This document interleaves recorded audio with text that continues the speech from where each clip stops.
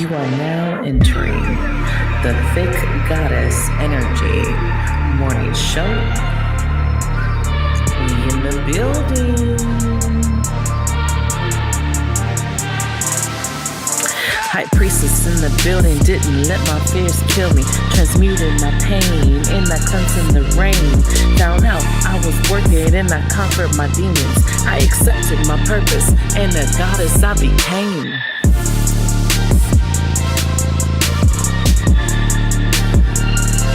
I'm all wrestling around and we're already live, so I better settle down. That's not like, okay, let me sit. I know. You know what? I have to put that. Good morning. Good morning. I have to put that because I pre-record some of the shows, and then people are like talking to us, and they're like, "Are you live? Are you live?" Yeah. So I said I'm gonna put the live show and then put the pre-recorded on the pre-recorded, so they'll know which one, so they're not confused. Good morning. Good morning. It'll be rolling out and people will start getting their notifications. But good morning. This is Thick Goddess Energy Morning Show. I am your host, Divine Moon Goddess. I have my co-host here, Oracle Empress, and special guest, Cynthia Glickman. I'm already messing up your name. We're going to get into it because you have credentials. Yes, you guys know I have the morning Joe, right? PhD healer, Ascension facilitator. I mean, we can go on, the joy doctor, right? One of the things that I loved even when I met you, and you guys, one of the things I always talk about, the specific healers that I've worked with, you are one of them that I talk about all the time. And one of the things I can tell you that when I started wanting to bring people on my morning show was to bring the people that made an impact in my life, however that was, right? And one of the things is because I was very closed off in my heart space. My heart space was very shut down. And one of the things that you helped me do was to open that and take the moment to just that love and compassion for self, which is huge in a healing journey. Huge factor, you guys. And the biggest part I took away from just learning from you and watching you was just I could do it in like 5 minutes. I could do it in a real quick sit, put myself in front of myself and do some healing and let go. And that was the craziest shit ever. It was just like mind blowing of like, it could be this easy. Like, so is that tattoo new? Yeah, this is, I got it earlier this year, but yeah, I got it. So look at that right over your heart chakra. Look at that expansion. That's awesome. I love that. I got this with that kind of because I had found my heart again. And that's something that I never thought I was going to be able to do. I never thought I was going to be able to get to that place to be able to open my heart in a way where now I truly can feel someone's heartbreak. I can feel the hurt and pain inside them through my heart space. Yeah. That was a game changer for me. Just doing the work and getting to that place. And now I can feel. Do you have to be careful with that though too? Because if you get too empathic, right? Like you don't want to take on people's, it's right. So I had to learn how to release. I had to learn how to let go of other people's shit. And that was something that I had to learn over time, was to let go and not hold it in, as being that empath and sucking it in. So I do know how to release it and let go and not hold on to it. But you do have to learn that. You do have to learn. And that's what the chakra is around, is the balance of working through our energy. And it's something that you have to constantly do. It's not something that I feel like, oh, I just balance my energy points one time, or I balance my body one time. It's like, you got to continue to do that. So enough about me though. Let's get into it. If you guys don't know, Cynthia is making waves, and I'm going to tell you guys a crazy part real quick. I had met Cynthia in the beginning of 2020. I think it was around May. I don't even remember how I met you or how you came across me. But at the same time, I was doing some type of training that caused me to see that I was still a victim in my life, which I didn't even realize that I was still a victim at that time. And I had did a past life regression, and I was disappointed kind of in it because I didn't get all the answers that I wanted. I thought my higher self was a bitch. She didn't tell me what I wanted to hear. And then one of the things that my higher self said when the facilitator was asking, um, can you give her a name? Who's going to help her? Like, who's going to help her? And my higher self said Cynthia. And I didn't click at first because I just had met Really? you. I Wait, didn't. oh, you had already met me though. I met you and we had an appointment to talk, but I hadn't like really got into who you were or what you did at the moment. And then so afterward, then we had the conversation and it was like, oh shit, okay. All right, let's go. So I kind of met you with the whole twin flame, twin flame energy seeking, but you're so much more than that. So I don't want to get hung up on just like helping twin flames and what that is, because you're so much more than that. I want to know, just kind of tell us for people who don't know, when you say ascension, because even when you would use words like that, I had to go look that up. I was like, what the hell is this? No, like, real, I like, don't know. What's the legal definition? right, The like, Webster definition. what does that mean when it's like ascension? What is that? So just kind of go into, what are you doing? What do you do in like your purpose? Because you have a purpose. Yeah, I do believe that my purpose is here to assist in the evolution of consciousness. And it's kind of wild because probably like 12 years ago,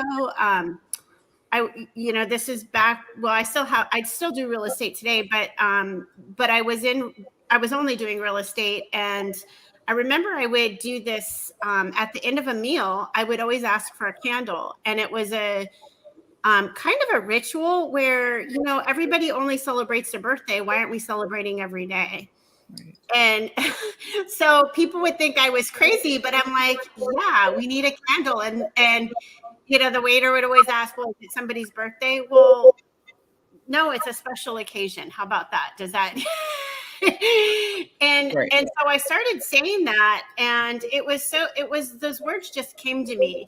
And I always said jokingly that, if we all just had world joy, everybody's all hung up on world peace, but if we had world joy, why don't we elevate that? Because if we're laughing and joyful and loving ourselves, then there is no reason for war and hate and all the opposite. It can't coexist in the same space. Right. So I think that's a good explanation.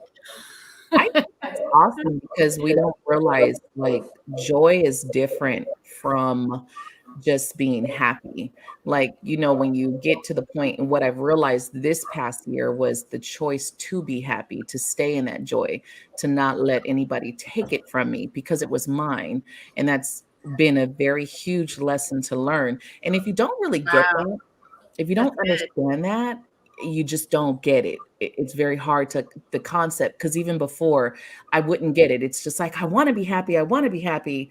But it was just like, okay, but the choice has always been mine. And to really realize that, but that joy factor for you to keep that and have that name, the Joy Doctor, I love it, because it's just like opening up and bringing it, which you do. And I do have to, you guys, I always do this where I do commend, and I do give you those props, because you did change my life.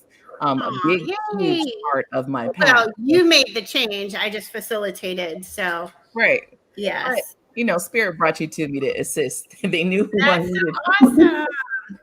Well, so you brought up a really cool distinction that I'd like to kind of talk about a little bit. So I think that the difference between happy and joy, and we can be happy, but I think typically happy is an external feeling, like, oh, I just got a new BMW M8, it's got 616 horsepower. Like, that makes me happy, but that doesn't bring me true inner joy, peace, love, all of that, if that makes sense. Right. Like, and so it's like, I think part of the challenge that sometimes people have when they begin their journey is that they say, well, here, let me put a happy sticker on my empty gas tank.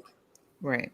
Right? Like, that doesn't change the fact that the gas tank is empty. Like, so when people begin the journey, they start to realize that you got to start within, that change starts inside of us. And yeah, it's a crazy switch. Good morning, you guys. Don't want to think that we're ignoring you guys. Ryan, you know what? The thing about, and I know we have to be careful about talking about COVID, and I always tell you guys, one of the things, I don't see health the same as everyone else. I don't, but I don't believe in a lot of shit that's out there. But I do tell everyone who says they got COVID or that they're sick, take care of yourself. One of the things is I always like to look at all of this stuff as your body purging. And I think when I took that on I think it's been about 2 years now that I changed my mind away sickness or feeling ill. And I started to look at it as a purge versus like I'm gonna die and get sick. And you let your body and your energy kind of work through it. Not to say don't go to the doctor, not to say don't go get your medications and things like that, because I'm not a physician, but I do think the mindset and your energy to not fear it, right? And not get into the fear of what it's labeled as, I think is huge. And you guys can say your point on that if you want, but Well, I'll say it just more generally for sure. So when we look at what manifesting is, right? We manifest most powerfully from our heart center. So I'll keep it simple, but there's mind heart coherence. And when our heart and mind are lined up, then we're even more powerful because we literally emit more energy from our heart than we do from our minds. And this world is it's all energy.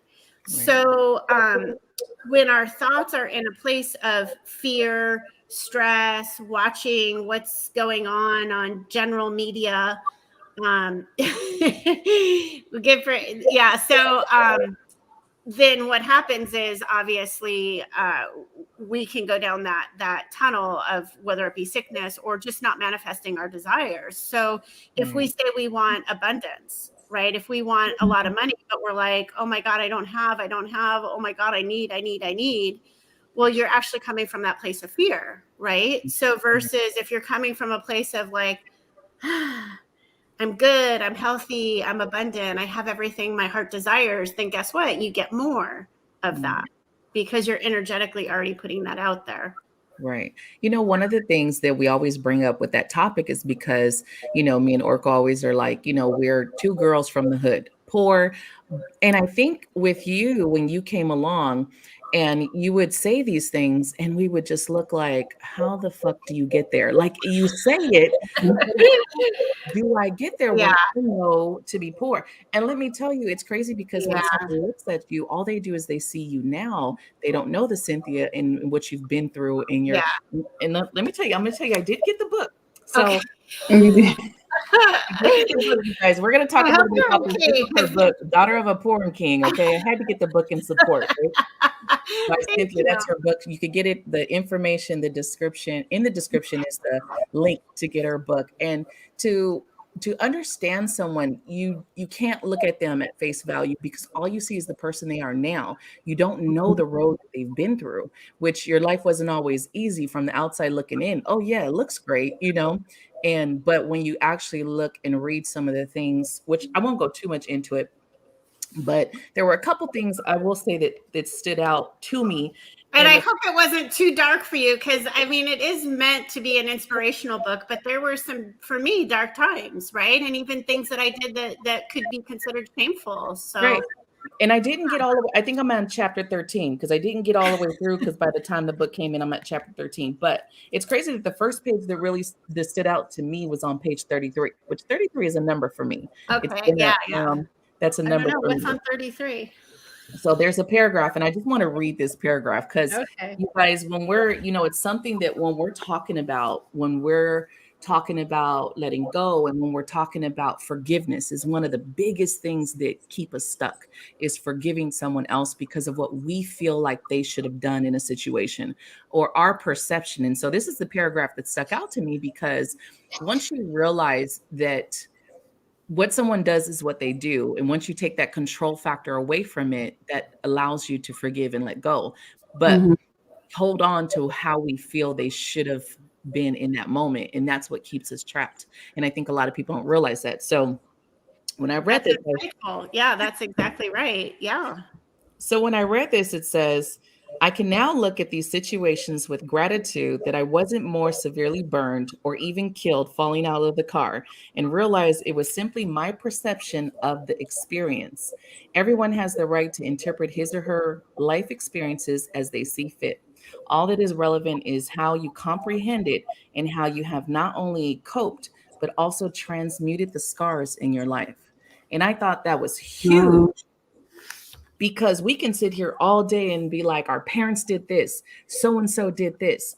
But what I came to learn, even more with my own experiences, was what if that was the best they could do in that moment with the tools that Mhm. they, what if that was the very best? No matter if we agree, if we just let it go and understand maybe that was the very best they could do, how easier would it be to move forward?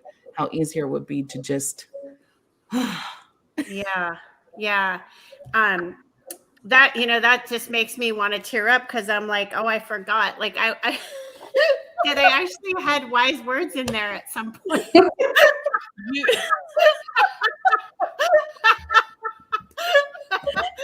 um, you do. And you guys, I'm telling you, go get this book, get her book, Daughter of a Porn King. We're going to talk about the Porn King well, version, you know the what? Porn King part in a minute, but If it's okay, I'd like to actually gift 2 books. Is that cool? yeah, Can I gift a couple? yeah. So for whoever emails me first, I guess, I don't know how else to do it. Dr. Mhm. Cynthia at Gmail. Um, Your oh, email is in the description. I put 3 ways for them to contact you: okay. your Okay, great. your Yeah. Facebook, Or your if email, and your website. So yeah. if you guys want, she's going to give 3 people, which is awesome. Thank you so much. Perfect. 3. Yes. Let's do 3. That's a better number. I don't know why that's my number. I just stick to it. So, Daughter of a Porn King, it is very beautiful because, again, like I said, what I was starting with is a lot of people, when we walk into it, it's like you don't want to dwell on your past. So you come in just trying to get people to Mhm. understand, to move past things. But a lot of people with the judgment, and we judge as hurt people because we think someone doesn't understand. We think we're alone. We think no one gets it. We think there's no way that this lady can understand what I've been through. There's no way, you know. So And that's and what I was going to ask, because I'm just curious on where you got your aha moment of when you stepped into this path. Because 100% honesty, when I first met you, you drove me insane. You're so positive that it pissed me off. You were like, what the F with It this pissed me bitch? off just to be how positive and just how, it's just this, that, and the other. And I'm like, no, bitch, it's not. Like, my lights are going to be cut off, bitch. You're You just don't too fucking happy for understand me today. my I life. can't do it. So when did you get that moment of realizing that your perception was making your reality? So, I mean, that's a great question, and I do go back to when I was 5 years old. I remember sitting out on my like on the swing set in the backyard alone and having conversations with God. And I was teased for being fat when I was a kid, and I mean, for me at the time, it was very Mhm. traumatic. I mean, I just loathed and hated myself, and so I think that was, that for me is the beginning, in a sense, of my journey of really being in pain. But I also remember when I was in college, I was talking about something with this guy that I really had a crush on. And he actually said to me something to the effect, like, you're really negative. And I thought, like, how could he even say that? Like, right, I'm right, not negative. And Mhm. but what I realized was I don't, I mean, that's how he explained it or perceived it, but I think I was more like coming from a place of victimhood. Mhm. And so I think that was probably the first awareness that I had of, well, if he's aware of that, is that something I can do differently? How do I become different? right. So for me, that was what about you? What was the shift for you when you went from going, oh my God, this lady's out of her mind, to maybe there's something to this joy thing? I think I had to realize that not everyone, I don't know your story, right? So when I heard the daughter of a porn king thing, I was like, get the fuck out of here, right? Like, I thought this motherfucker grew up in fucking the 6-figure income mom and dad household, like, like maybe their mom and dad got high once in a while or something, but that's about as good as I thought it got over there. So when I heard that, I was like, that's different. And so for me, that made me look at you differently. It made me look at, because at first I didn't feel like, and I still, not for you personally, but there's a lot of people that I don't feel like can understand certain things. I feel like there's a lot of people who are very happy, very positive, have this wonderful outlook on life, but they've never been through something Right. that has had this huge impact. Everyone has their own traumas, but not necessarily had this, my kind of, trauma, or could relate to mine. Right. And so when I heard that about you, I think it made me look at things a little bit differently than normal. And then it made me wonder, like, how, I think it took me a while on my own journey to realize that my reality, or my perception, made my own reality. And so then I could see how other people turn that, in their own little way, to help them further themselves, or let go of things. But I think that's it. I think just hearing that, like, your book and stuff, and I'm like, no way. Like, not her, no way. And I was like, yeah. And I'm like, One of the things that got most of the people that were sitting around me at that time, when especially bringing you on to in the Soul Tribe, was that the compassion to say I'm sorry for whatever the issue is. And I just remember that would trigger everyone. Everyone was so triggered by, why the fuck do I need to be sorry for this? Even myself. Why do I need to be sorry for their bullshit? And and everyone was just so like, and I just, like, it's crazy because I look back on it and I'm laughing now, like, because it was so triggering to the point where we were shutting down. A lot of people were sorry a shutting word down. that Really? were Yeah. allowed to be used in your childhood? Say that again. I didn't hear Sorry, you. for both of you, was sorry, the word sorry in general, a word that you were allowed to use in childhood, or were told to use a lot? No, Like, growing up, not in mine. we weren't allowed to say sorry. We had to say, I apologize, because for us, it was that we were never to be sorry for anything, Oh. And sorry was kind of like the word of weakness, right? Like, Yeah. so And do you notice that's where it triggered me? So I'm wondering if you two were allowed to say sorry, and if that's why it was easier for you. I think in my world, like, I just had people that never said they were sorry. So there was that part of me that didn't get the nurturing and the love that I needed, right? Like, when you say I'm sorry, that energy of the word is more powerful than I apologize. Because apologize, like, when I say it, I don't feel anything in my heart. But when I say I'm sorry, I literally feel activated in my heart. Right. So I don't know if you guys experience that, but there's even the word good morning, There's right? a more genuineness to, Right. or Yeah. behind. I'm sorry. And see, I think that's where, like, when I grew up, we weren't supposed to be sorry for anything. You know what I mean? It was, That makes sense, though. Yeah, because I get that. What I noticed reading your book is that we have a lot in common in our childhoods. A lot, because my house was the house where my mother used to have, like, this thing with me. Me and my mom did not get along from birth. I did not click with her. She said I refused to breastfeed with her. I was like, I don't know, maybe I knew something that you didn't when I was a baby. I don't know. Who knows? And my dad was very closed off. He was there but not present. That whole, so the nurturing and not ever having anyone who took responsibility for their actions in my home. Neither one of my parents ever were sorry for anything that they did. They always had an excuse, or my dad just never had any excuse to anything. He would always shut down. And my mom always had an excuse to why her antics were the way that they were. So there was never any apologies or sorry in my home. We just didn't get that. So when I would do those with Cynthia, I would break down. I remember asking her one time, like, how many times do I have to cry? Like, if I have to cry one more time, is like every session going to be where I fucking break down and cry? Like, I was so irritated with this shit. But the beauty in that was, like you were saying about being sick, like that's purifying, right? It's also clearing and changing the patterns. And because again, it goes back to, we're not victims of this just because nobody apologized to us.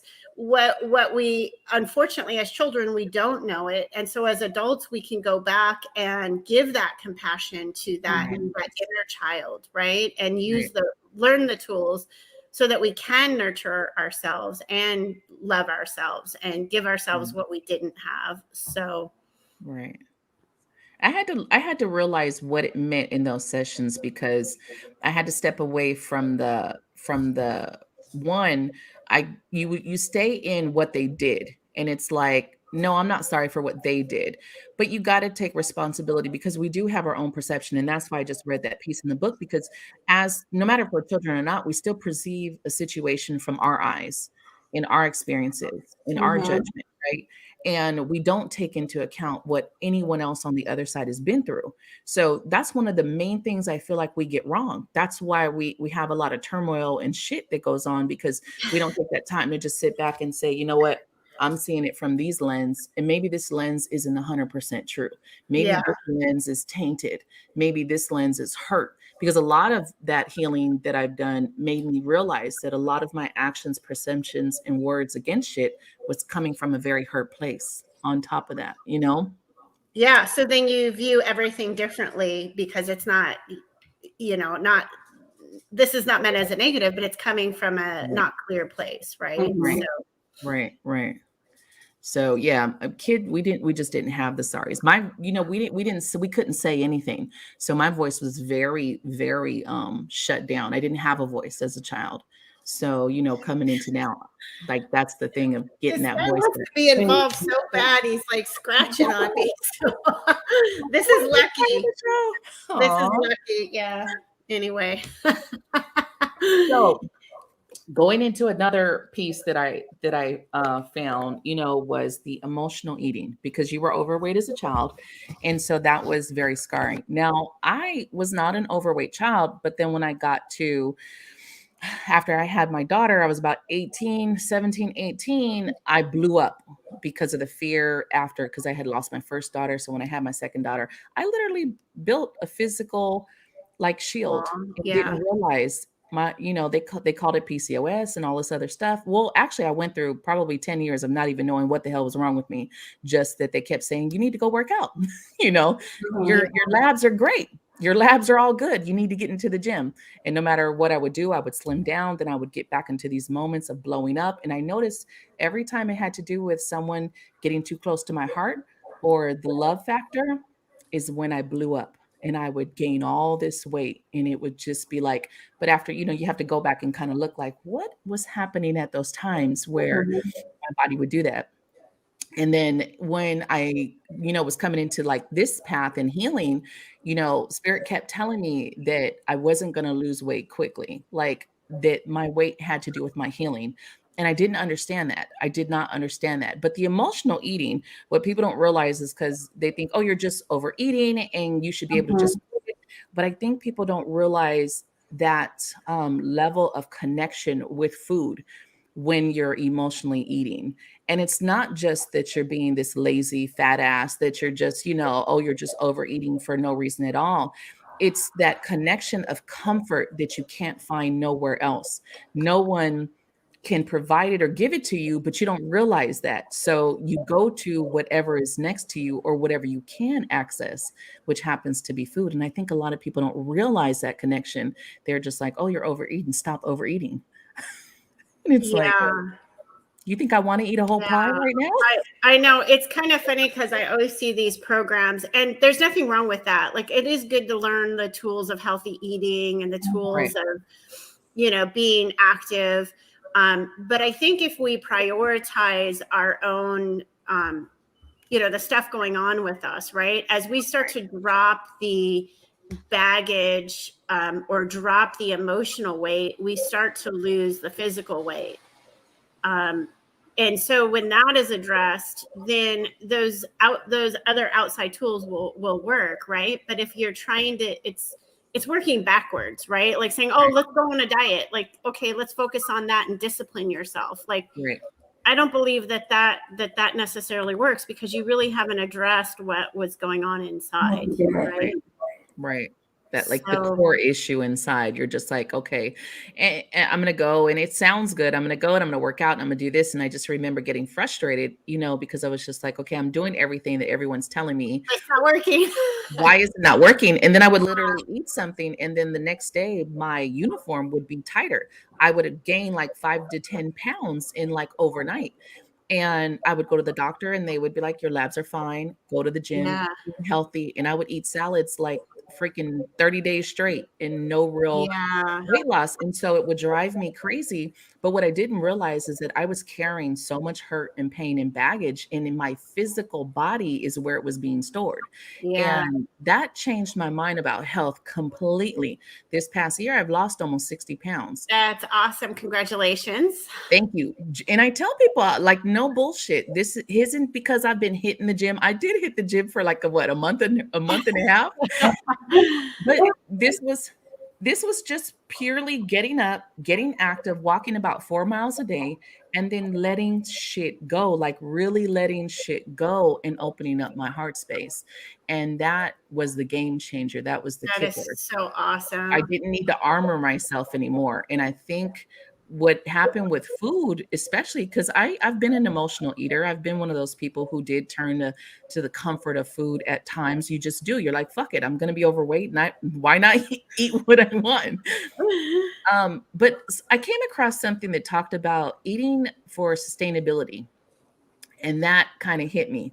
And it was just like, okay, let's try this. Let's try to just eat what I need instead of what I feel like I want in this moment or need, because the emotional tie. And then I took away the guilt after eating something. So that was a big game changer, because before, when I would eat, the guilt right afterward would be like, oh my God, I shouldn't have ate that. And now I'm going to this, and that would blow up. And so, I wonder if the two are, you manifest it by going into that energy, right?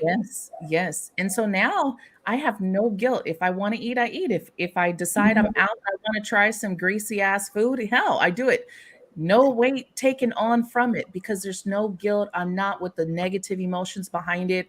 I'm not, I'm not eating because I'm fucking sad right now, And I don't think that and the reason that's why I wanted to bring it up, because I don't think people understand how those two or a couple points tie together so deeply. It's not just about, I don't think, for me anyway, I don't think it's just about working out and getting on a regimen, even though I think we should all get healthier lifestyles. And that's been my kind of thing this year, is to get a healthier lifestyle. But I really think probably coming into your emotional balance and stripping away the need to connect your food with comfort is huge. Mm-hmm. Yeah, while you read that, I'm going to close my door real quick, because I don't know if you guys hear the rain. It's pouring out there. Can you hear that? I don't hear it. It's kind of cool. I mean, I've never practiced. All right. Divergent, just kind of reading yours. Lorianne, you said you get that with your own child. You always apologize to them when you got angry and things that happened between their father and yourself. And then Divergent, you said you were a depressed child that pretended to be happy because being happy wasn't okay. Was chubby to consume my emotions. I became morbidly obese and tried everything, but once I started unloading emotional baggage in therapy, I started losing weight. I went from 310 to 158. Wow. Yeah. Holy smokes. Congrats. Yeah. That's fantastic. Congratulations. And it blew my mind to realize that all you have to do. And it's crazy when you look back, it's like so easy. But when you're going through it, it's like pulling teeth. It is so hard to get past some of these things that we, and especially as a child, you kind of hold on to whatever you got as a kid, Mhm. resources. But as an adult, this is where we come in and say, well, now you're an adult. You have the ability to change what you want to change. You're in charge now. And I think we forget that because we still have that wounded childlike energy that we don't realize that we're in power now.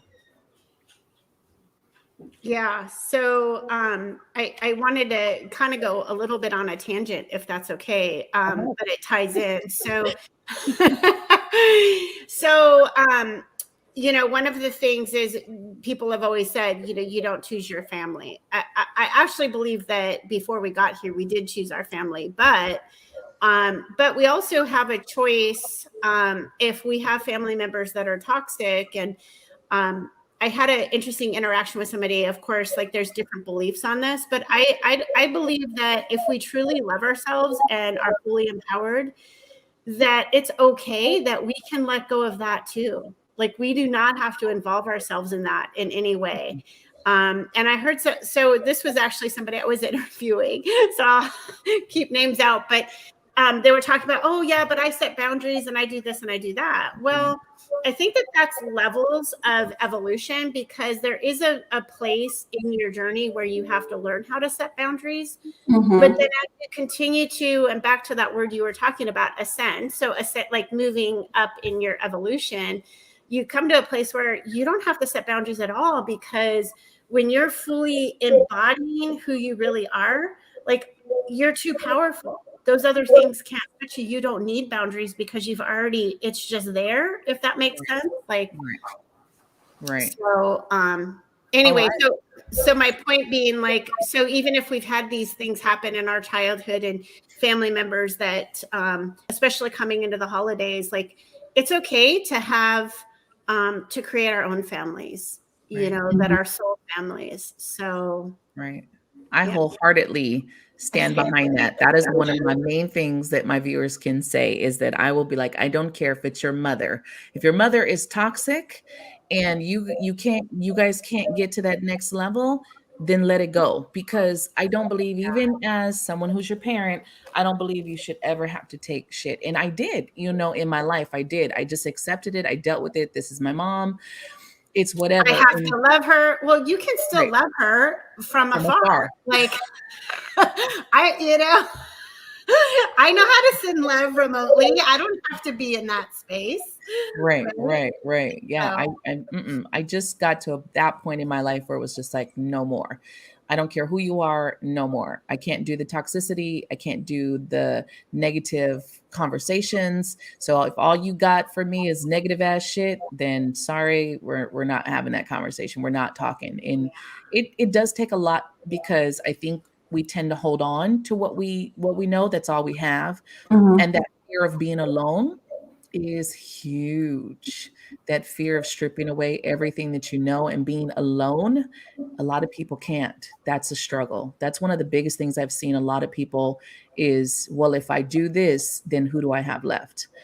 And it's just like, but once you strip these toxic yeah. people or negative people away, you give space to beautiful people that come into your life. Yeah, that's what I was going to say. So I was going to say, well, what tools can we give people for that? And like you said, once you let that go, you open up the space for others. And what if you shifted the belief that, that wonderful supportive people come into my life? And even at first, so this is a little bit of the sticker on the gas tank kind of concept, but even at first, if you have to kind of convince yourself of it and reprogram your mind to believe that, yes, I do have wonderful people, things will start to show up. Mhm. So, I mean, look, I'll share, even for me, like this holiday, my family is very adamant about a particular thing that people are putting in their bodies right now, and I personally won't do it. And so my father, because he's older, doesn't want to be around anyone that's not, Mhm. that thing. And And so I talk to my dad almost every day, and we actually do have a good relationship, but I'm okay with that. Like, okay, whatever, you know what, you guys do what you want to do, but I'm actually not going to see any family members. And I've been so busy, I almost forgot that Christmas is like tomorrow. So Merry Christmas, everyone. But I kind of put it out to the universe like 2 days ago. I'm like, wow, okay, wait a minute. I actually don't have any plans for the holidays at all. What am I going to do? What am I going to do? And then I stopped and I'm like, stop worrying about what you're going to do. Like, trust that something amazing is going to show up. And sure enough, like within 3 hours, I got a text message from a friend saying, hey, we're having a taco party, come over for Christmas Eve. And so things started to pour in where friends are like inviting me places. And instead of me trying to figure out who I need to call or where do I go, I could spend Christmas alone. I do enjoy myself and I like my puppy dogs, but I really don't want to spend it alone. Right. So my point being, if you go back to that, where they're afraid to let go of what they know and what they have, like, why not just put it out? Okay, you know what? Why not? What would it take for something even better to show up for me? Mm-hmm. And that's always a really good tool, is to ask the question, what would it take? Right. And because that actually expands your mind into, instead of going into that fear thinking in that tunnel of limitation, it actually opens up to possibilities. Right. I wanted to touch, because as a child, most of our stuff comes from childhood. Most of our crap comes from childhood. Although there are instances when we're adult, we go through some very hurtful things. But one of the parts in the book, you talk about being made to feel that you were incapable of love. And a lot of people suffer from that, thinking that they are not lovable or not, like love doesn't exist for them. And that resonated with me so much because, it's the mothering, when you don't have the nurturing mother to give you this love, you start to feel like you don't deserve it or it's not for you. And I went through a big part of my life, even because of losing my first daughter, of feeling like God took her away from me. Like I wasn't good enough for that. I wasn't what did I do wrong kind of thing. And then you get into this whole other energy of maybe love is not for me. Maybe I don't deserve love. Or, my mom called me a demon child. I was unwanted. We accidentally had you, or we accidentally, Yeah. Well, I don't know if you got to that part in the book where my mom actually told me, like, I tried to abort you. I did everything I could to try to get rid of you. Like, you were not, I didn't want to have you. Right. Like, flat out told me that at like 12 years old. Right. Yeah. Those parts hit me. And I just was like, wow. And this is why I say, you guys, you never know what someone has been through. You can look at them and you think this person has had it easier than you, but you really don't know. And when you've had, a lot of you guys have had similar mother issues. We all kind of come from the same background, and on my channel, at least, where we all have these mother issues. But that part is really huge as a child, of not being able to get that type of love from your mom, or being told that you were never wanted. Because my mom would say some very nasty things like that, like I wasn't wanted. And even when I found out I had back issues, and I had found out my sacrum wasn't fully developed, neither is my L5. And I was like, Mom, what did you do when I was pregnant? Because apparently it never formed. And she was like, and she just kind of gave me this look, and I was like, Mom, were you drinking? And she was like, yeah, she was drinking when she was pregnant. Now, this lady went through my whole life swearing that she gave up drinking when she had us, and that was the only time that she did. And then come to find out, it's like, oh no, you were drunk when you made me great. But it's just one of those things of that you get those nonchalant answers, like, yeah, that's what happened. Okay. And that's what I had to overcome. And that was like a couple years ago that I had that conversation with her, and I think that was the moment that I just let it go. I just was like, wow. I mean, I still had to work out a little bit more with her, but that just kind of hit me like, okay, it's okay. It's okay not to have the loving mother. It's okay not to have the mom that is nurturing. Like, and just recognizing, that's where they're at, Right. And it's kind of the same thing. Like, we have no idea what they went through. And I do believe that generations before us went through even more abuse than what was passed down, because I do think that we started to evolve more. And so I think there was a time where, of course it was hidden, but there was so much more negativity and, yeah. I look at her. I understand. Her mother was very harsh. Her mother was very cold. Her mother was the same way. So it definitely came down the generations, and I do see that. That's why, me personally, I've been able to just work through it and let it go, because you do have to let go of the fact of the mother you want. You're not going to get it. Mhm. You have those what I've come to realize is when you have those expectations about anybody, you're not going to get it. You really have to let that go and accept people for who they are and just understand that. And if you're not willing to accept them, then you need to let them go, like fully let them go out of your life. That's kind of where I'm at on that. It's like, if you can't accept it, you can't get over it, you need to let them go. I'm with you. I know that we really can manifest just about anything. And I don't know if you've heard of, there is a, I don't know what you would genre of people that manifest your specific person kind of genre. I don't know if and you can manipulate the energy. You can bring that person to you. So let's say it's a relationship, right? Great. You can bring that person to you. But if you bring in toxicity, like, okay, so now you have to deal with that. Now you have to manifest something else. And now you have to manifest something else, instead of just accepting what it is and creating something even better, so that you don't have to continue. Do you know what I'm talking about? Where it requires so much more effort to try to, well, if we physically try to change somebody, first off, we know that doesn't work, right? No. It's just going to cause frustration. Right. And so what I'm saying is, like, there are tools and techniques to try to change people energetically from afar. But then again, that's my point, is like, that's so much energy too. That's exhausting. Like, why? Like, you know what? God bless you. I love you. Maybe we'll catch up on the other side. I don't know. Right.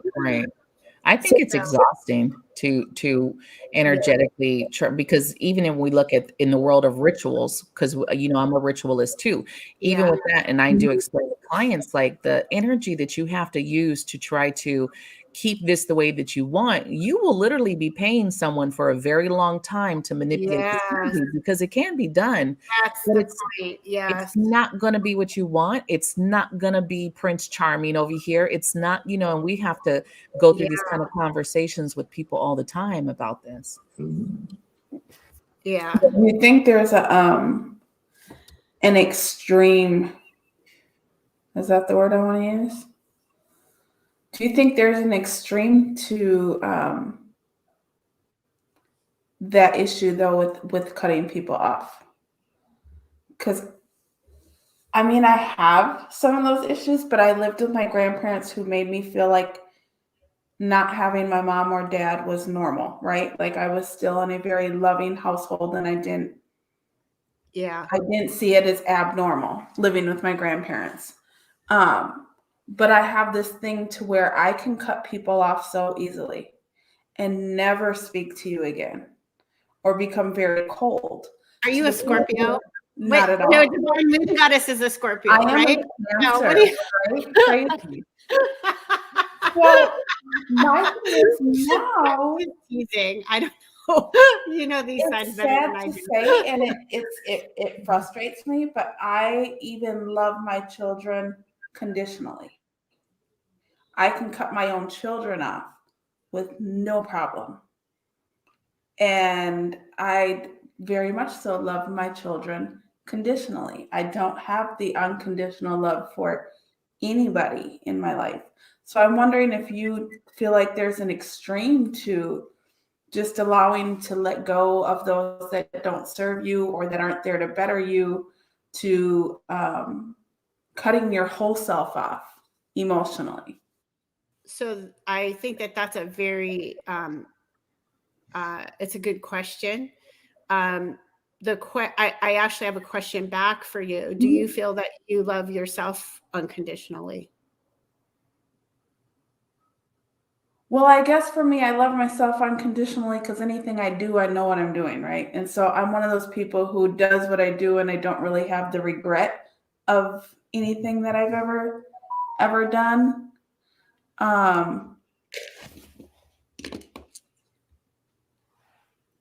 So is it selfish to say that though? Like, I'm not aware, judging. I'm I'm not aware of judging what it. I was just asking, and more in the sense, and we don't even have to do this on air, but something to think about, right? Because I think for me, I don't think about the conditions of myself because I know the choices that I make will either hurt me or will better me, right? And I'm okay with any of those that I make because to me, they're all lessons to be learned and they're all something to be grown from. When it comes to my children or other people, I've just gotten to that point where I think that's it. Maybe I overly love myself unconditionally because I'm not going to take shit from anybody. And I can only do so much. You know what I mean? well, amen, And sister. even with my kids, like I won't allow you just to stomp all over me. Like, I wasn't the perfect mom. I had my first kid at 14. So of course I wasn't going to be perfect.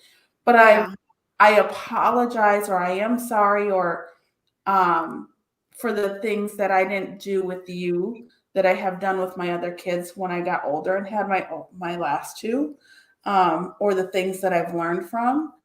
And I'm very sorry for that, but I'm not going to live in that. And if my kids try to force me to live in that or disrespect me because of that, there's only so much that I'll take before I'm like, you know what? See you later. Have a good day. So then how about this? Because what you're doing is actually, I think, positive in a sense, right? Like you're self-preserving. So I'd like to make a distinction between, can you still love them? It's kind of back to what we were talking about. Like, I don't agree with the way you're treating me. And to me, that's toxic, right? If you're going to treat me the way that's not loving and not kind or not considerate or not understanding and accepting, then that's okay. I'll still love you, but I don't need to be around you. Or I don't need to accept that behavior towards me. And even so, I would say, I mean, I don't know that I would say that you don't love them unconditionally. I think that you're just distancing yourself from the toxicity. Okay. That's just from that like an extreme to cutting people off in your life, because I feel like you can do it to further yourself and be like, this isn't for me. I can't deal with this. If you're not gonna make me better or you're not gonna whatever, then of course let that go. But I wonder if there's an extreme to letting people go in your life, because there's some people who can't let go. There's some people that will be doormats for anybody and everybody their whole life, right? Because they can't let go. And then there's other people who are like, I would grow old and lonely and be perfectly happy. Like I think that's what we are trying to strive to get.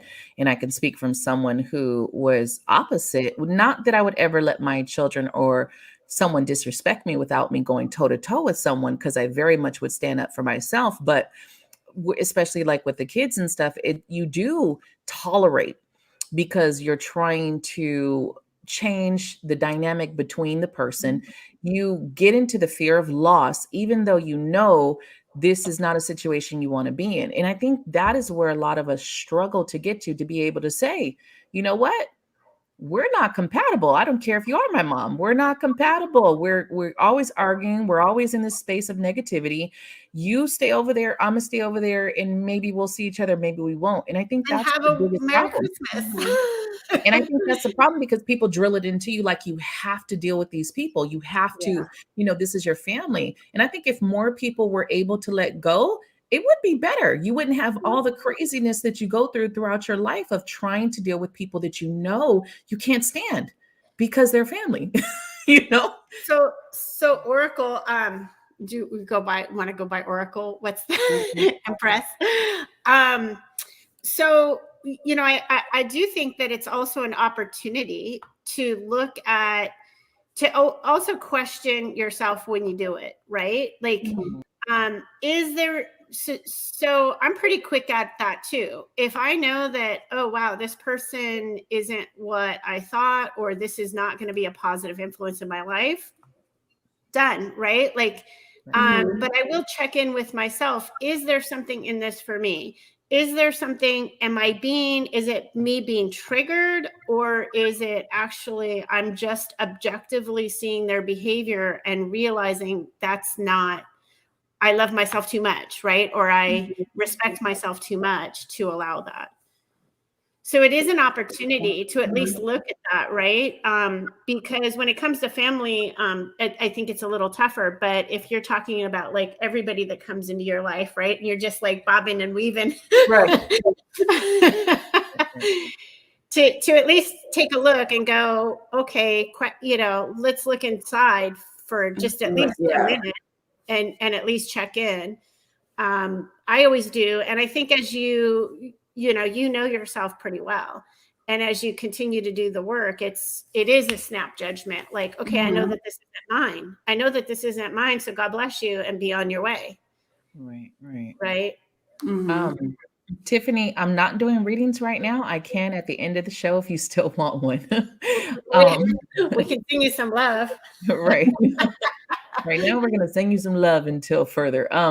One of the things I wanted to go into was Ascension, and how does that transpire in what you do, and if someone was coming to you for assistance, what does that look like? Because when we say Ascension or raising your vibration or evolution, it goes over a lot of people's head. And not to say that everyone's dumb, because that's the thing, there's a lot of terms that we don't know. It's a lot of terms in spirituality that are thrown out there that a lot of people are just like clueless, like what the hell and what does that mean? So just kind of give us, what does that look like with coming to you for assistance? What does that look like for someone seeking assistance?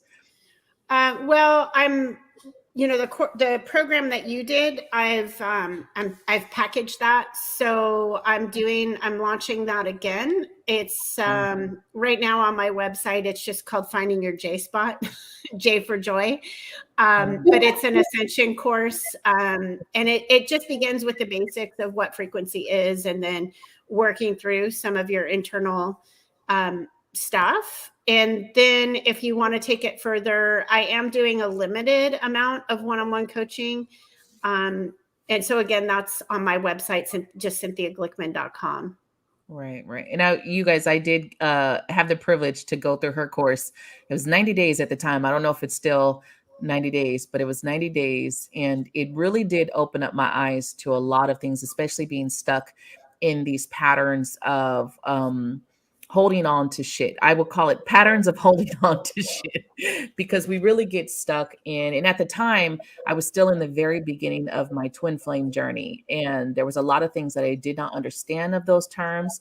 I didn't understand what it meant. I didn't understand. I was still trying to navigate through the crazy of it. And I will still say there's parts of crazy to that. But I've actually learned how to just let go. I've learned how to get to the point where the no doesn't matter anymore. All of that, you kind of have to get to a point of letting that go. But it took me a while to get there, to just really let it go and say, okay, twin flame, no twin flame, who gives a shit? I'm on my path, and I'm a divine. Yeah, and that's the thing, is like, I think people think that the goal is to get your twin, but that's not the actual goal. The twin flame journey is to evolve and balance and find the twin within. Right. I think there's just so much when you look at twin flames, the stuff that's out there. There are not a lot of people out there coaching in a healthy way. I will say that, because that's what had me going so crazy for the beginning of my path, was just everyone you saw, everyone you talked to, every article that I read always went back to union, reunion.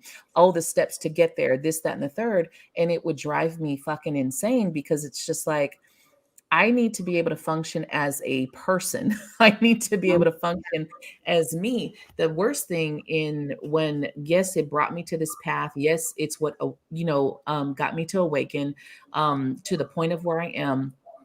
But you gotta figure out you can't bring somebody else along as this, oh, this is my partner, we're gonna run off into the sunset, and you don't even know who the fuck you are at the end of the day. Like that was one of the biggest things that I had to realize and learn. And part of yours, even though I wasn't 100% where I'm at today, because I was still in the very beginning of my path, it did get me to open up where I had to refocus on me. I had to take that attention off of that dynamic, off of wanting that dynamic, or even like, is this really my twin? Because then you go through the madness of trying to prove, is this my twin? Is it not my twin? And then you go through that whole, rabbit hole of shit. But having to realize, like, it's not about them. This is about me. And I had to find me. And I still didn't until earlier this year, when I came into some realizations earlier this year where it hit me like, oh shit, I've been a big part of this problem.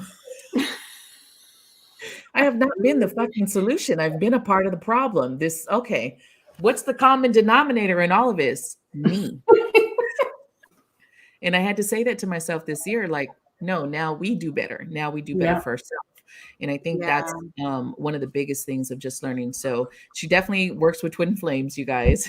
Definitely. It's kind of like, I'm getting that visual of the caterpillar, right? Like that whole thing, like where you're just trying to bust out of that and you want it to be a certain way. And you're thinking, but it's got to be a caterpillar. It's got to be a caterpillar. And you're trying to force it to stay a caterpillar, but you're struggling, right? And then you realize, wait a minute, there's like a whole butterfly here. And it's like they said I do this and then I get this, and it's like, wait, where's the end result? Like hell. And I remember even asking you at the end of the program, like, some of these people don't even have a twin flame no more. Like, what the fuck is going on? Why am I still over here? Why am I still over here dealing with this shit? Why can't I do no twin flame? And the funny thing was, oh my gosh, what's that one girl's name? She's wonderful. Well, anyway, I mean, she was awesome because she was like totally good with it. Like, oh yeah, I'm totally over that. Right. I was sitting there, like, I remember just messaging you, like, am I fucking cuckoo? But the point being that, so with that experience that some people were having is that it doesn't matter whether they're your twin flame or not. It's about the journey, right? So that's why it's actually great that when some people get to that point and they're totally able to let go, they've evolved through that process in such a massive way, and now they're open to something even greater and better, regardless of whether that was their twin flame or not. So right. Letting go of that part was huge. And I think that you go through so much ego attached to those labels and all of that, and you go through so much of trying to prove. One, for me, I was trying to prove I wasn't crazy. I was trying to prove to myself that I wasn't crazy, that I wasn't just obsessed and deranged, for this person in this life. And it's like, no, I had to prove that. And then once I finally, it's like, okay, look, I know what it is. I don't need to study this shit no more. I don't need to harp on this anymore. Doesn't matter if we ever come back into union, this union, reunion. It doesn't matter. What matters is, what is my purpose? What is my focus? What am I here to do? And let me refocus on me. And I think you guys definitely can go to Cynthia for that. I always tell people, you guys need to get outside the box, especially with wanting to, as we use the terms of ascension, growing, moving from your 3D life. Now, if you want to stay in the 3D reality of just go to work, go home, pay your bills, great, do that. No judgment. But if you want to go past that and then really open up your life to some, what I would say, not just miracles, but this kind of like, oh, shit, life can be so much better, then those are the steps to change, to grow, to get out of the box. One of the things that you taught me, and I have to give you props for, was that wealth was for everyone. Like it wasn't just like certain people are wealthy, because when I met you, I was still in a huge lack energy of where's this money going to come from, or how is this? And I was still barely coming into this part of understanding, set the intention and it will happen. And even like you know, looking at your program and it was like, oh my God, the price and this, that. And then Spirit kept showing me like, set the intention, it will come. But the money showed up, right? Right. Like, like right away too, I think. Yeah. And it was like back to back of just doing like this other program I did that was a couple $100. And then I did the past life regression and it was just back to back. And I was like, where the fuck is this money coming from? Like, wait. And I remember some of the sessions, it was just like, what that was one of the things we kept going over was the wealth, that I am deserving of this. I am deserving not to be poor. And, you know, in 2020, in the summer, I did retire from my career, my 11-year career. And I've been sitting in my seat since then. Awesome. Yeah. Definitely not going back to work for anyone else. But, and there's moments where I do slip back into that lack mindset and I get panicky and I get scared. And then I have to tell myself, don't do it because you're going to fuck everything up. You're going to go back. And I do. All of a sudden sales will decline. All of a sudden my clients will decline. And Spirit's like, we told you, stop going there. And I just had that recently where I started to panic on some stuff. And so this is this thing I try to say, I'm not perfect, you guys. I'm not sitting in the seat like I'm perfect and everything is all rainbows and butterflies. Because I still go to that place of, what's going to happen? Because I don't like the unknown. That is the hardest part for me, is that just trusting the unknown of what's coming. And that's been that's my last thing I have to work through, is that part. So what do you have for this? I think that, you know, that continues to get easier and easier though, over time, right? With anything, like as you start to do create a habit, it becomes more just natural over time. And in my J Spot Ascension course, I actually do have a money bonus session too. So nice. I can definitely tell you guys that her system does work, and it was a huge part of my life. And will be forever grateful of Spirit bringing me in my life. Like real shit, I have to say. I do want to emphasize one thing too, that you mentioned, like, you know, as you're on the twin flame thing, if I can go back to that, during that process, especially if you're really connected to that person. So what I mean by that is like psychically, telepathically, like you're picking them up, like you can literally feel like you've lost your mind and you haven't, like you're okay. Like it's actually normal. So I think it's good to know that, right? To know while you're going through that process, it's just mind-boggling. It doesn't seem normal. So you feel like you've lost your damn mind. You do. You feel like you've lost your damn mind. And it you know, I feel like it has its struggles, and it's very eye-opening. And I think the biggest thing is because we try to logically understand it, and you can't really logically understand the twin flame dynamic. And I think that our 3D mindset of it is what stumps us all the time. And then the sale of this, you know, it's the ultimate soulmate, the sale of the romanticism. Oh yeah, that it's the fairy tale. Well, I mean, it certainly can be, but but if you're really truly doing the work and evolving, there's things that you're going to have to go through. I mean, there's a ring of fire, like anyway. Yeah.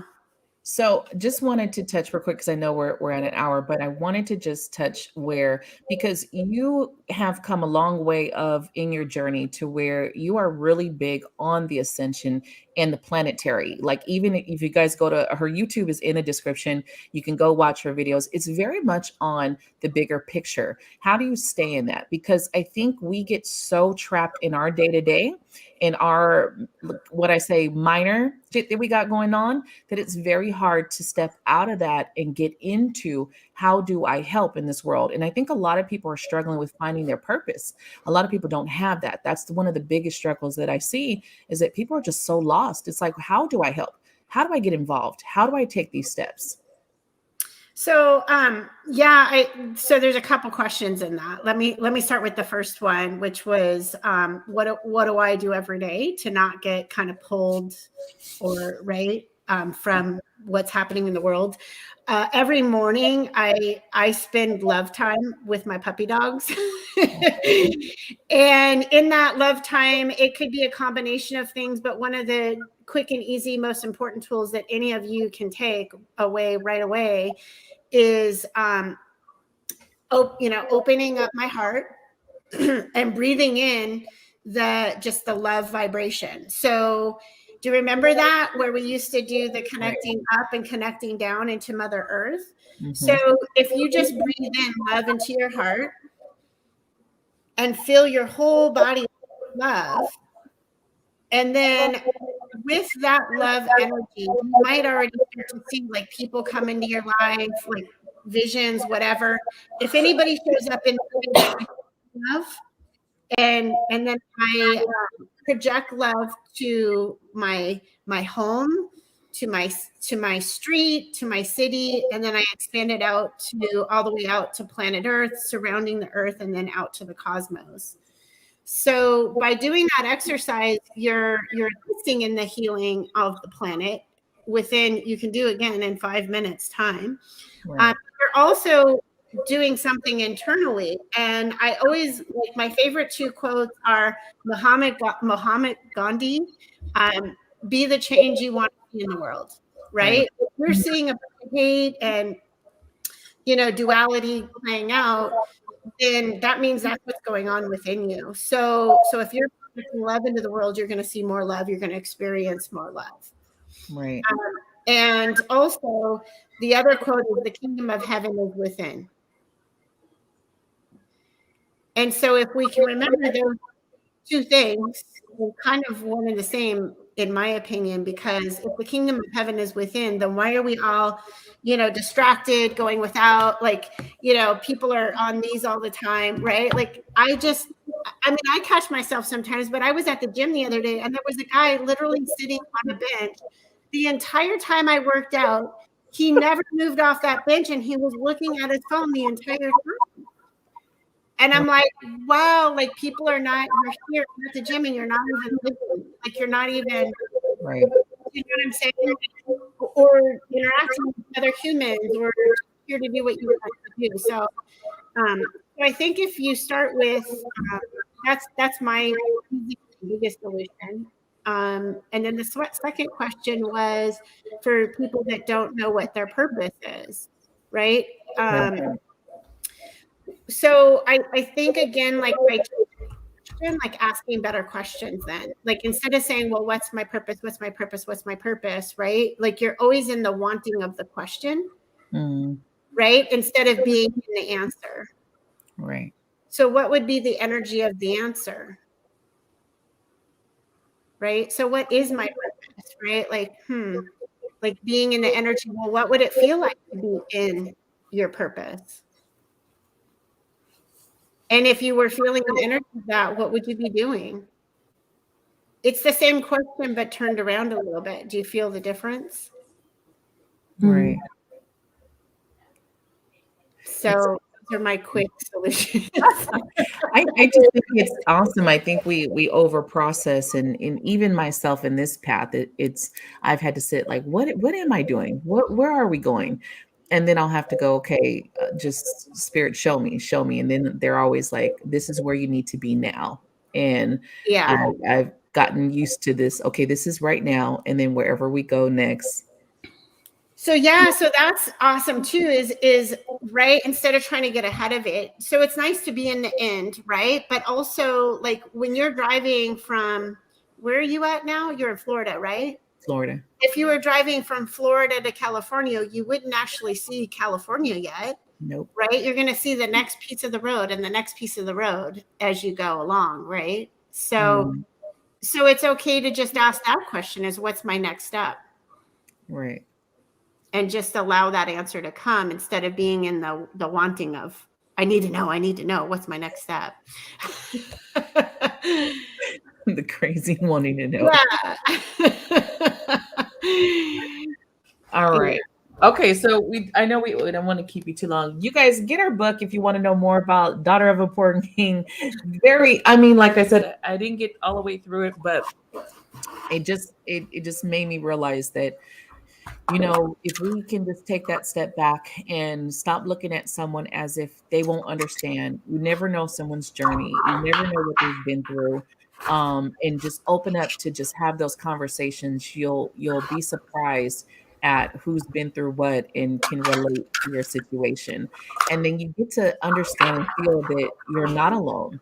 You think you're alone, but you're so not alone in this life. And so many people have been through similar moments. And that's why we come across each other, because we've been through similar shit. That's the connection that we can empathize with each other. There's these deeper connections that we just don't even realize. But hopefully you guys can check that out. If you want to go find her, in the description is her website, her email, and her a link to the book. She's going to be giving a couple of these away. So make sure you're one of the first people to email her for your copy if you want one, because she's going to give a couple of these away. So does that mean good luck? That means good luck.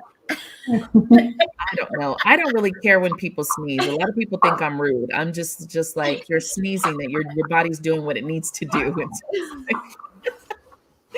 But any last words, you guys, for our lovely viewers today?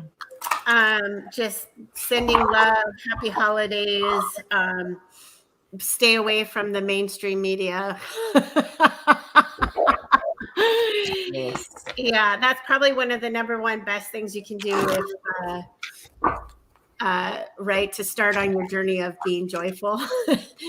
Right. Is to try to disconnect from those outside, I'll just say, propaganda machines. So, yeah. I get a lot of people in my inbox about, like, what do I do with this happening in the world and that happening in the world? And I just let them know, like, I always say the same thing. It's not that the world is worse. This shit has been going on for centuries. It's just that the way that our cell phones and everything is set up, that we get to see more of it. But if you take on the problems of the world, you will then become that depressive, sad, the world is shit. And I think if we're true to where we see it, it's happening, we realize it and recognize it, but we don't consume it into us. I think that's how you stay afloat. Yeah. So don't ignore that. I mean, we have to have some level of awareness. Right. And this is also, I know we need to end it, but it's also part of the ascension, is that, you know, the truth is being revealed more and more. It was always there. It's just that the veil is being removed, and many people's, the covering on many people's eyes is being lifted. So. Right. So it's a positive thing, really. I think that we're on the upward path. So I feel like it's like, now it's just, how do you want to help? I think that's more of the question. How do you want to help in this world, this crazy world? Because we all can sit back and just say, oh my God, it's so shitty out there. But how do you help? And I think that's where people should probably sit and say, with the means that I have, because we all think we're too small to help. We all think we're not making a difference. But I always say, like, your small help creates these ripples that become everything, right? If you just touch one other person. And so, let's maybe end it on asking the question of what inspires you most. Right? Because that's what you should be doing. For the people that are like, what am I supposed to do? What's my purpose? Well, what inspires you most? Right. Awesome. That's my final go with inspiration, because being in spirit is the truth, is what you're meant to be doing. Right. Awesome. We're going to get into the daily horoscope, but thank you so much, Cynthia, for joining us this morning. You guys, this is Thick Goddess Energy Morning Show, brought to you by Divine Moon Goddess Healers and Readings.com, where your questions get answered. So we're